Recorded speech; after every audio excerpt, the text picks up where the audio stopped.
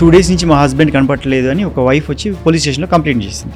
Call లిస్ట్లో అన్ని చూస్తే ఆ అమ్మాయితో ఎక్కువ టైమ్స్ మాట్లాడినట్టుగా ఉంది. ఓకే. అని పట్టుకొని మొత్తం డీటెయిల్గా అడిగితే కన్ఫ్యూజ్ చేసింది. చెప్పింది ఏంటంటే వాళ్ళ హస్బెండ్ వచ్చాడు, మేము ఆయన్ని తోసాము, ఆయన పడి చనిపోయాడు. అచ్చా, వైఫ్కి ఎక్స్ట్రా మ్యారిటల్ అఫేర్ ఉంది కాబట్టి ఉండుండొచ్చు. వాళ్ళిద్దరు కలిసి తీసుకెళ్లి దాన్ని పాతి పెట్టేశారు. ఈ కేసు తవ్వుతున్న కొద్దీ డిఫరెంట్ హిస్టరీలు బయటకు వచ్చినాయి. పాతి పట్టిన శరీరాన్ని పరీక్ష చేయమని మాకు పోలీసుల నుంచి లేఖ వచ్చింది. బాడీ బయటకు వచ్చిన తర్వాత బాడీ మీద రకరకాల స్టెర్నం, ఈ రిబ్స్ అన్ని పై ఇరిగిపోయి ఉన్నాయి.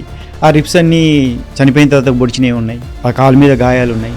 ఇది బాబు ఈ గాయాల పరిస్థితి ఏంటి, దీని ఎందుకు గుద్దావు అంటే మేము ఫస్ట్ పాతి పెట్టాము, పాతి పెడితే పైన కనిపిస్తున్నాయి, లోపల పోలేదు, ఎందుకంటే కర్ర పెట్టి ఇలా గుచ్చాము కాబట్టి ఇక్కడ గాయాలు అయినాయి, ఆ గాయమైందని. సో అల్టిమేట్గా మనకి రీజన్ లాస్ట్కి వచ్చేది ఎప్పుడంటే ఈ ఇన్ఫర్మేషన్ పోలీసులకు ఇస్తాం, పోలీసులు ఆ కోణంలో మళ్ళీ ఇన్వెస్టిగేషన్ చేస్తారు, మళ్ళీ దానికి రాబట్టి మళ్ళీ ఆ సాక్ష్యాలను తీసుకొని దాన్ని స్టేట్మెంట్స్ వైజ్ తీసుకొని అప్పుడు కోర్టుకు సంబంధించి పెట్టడం అవుతుంది.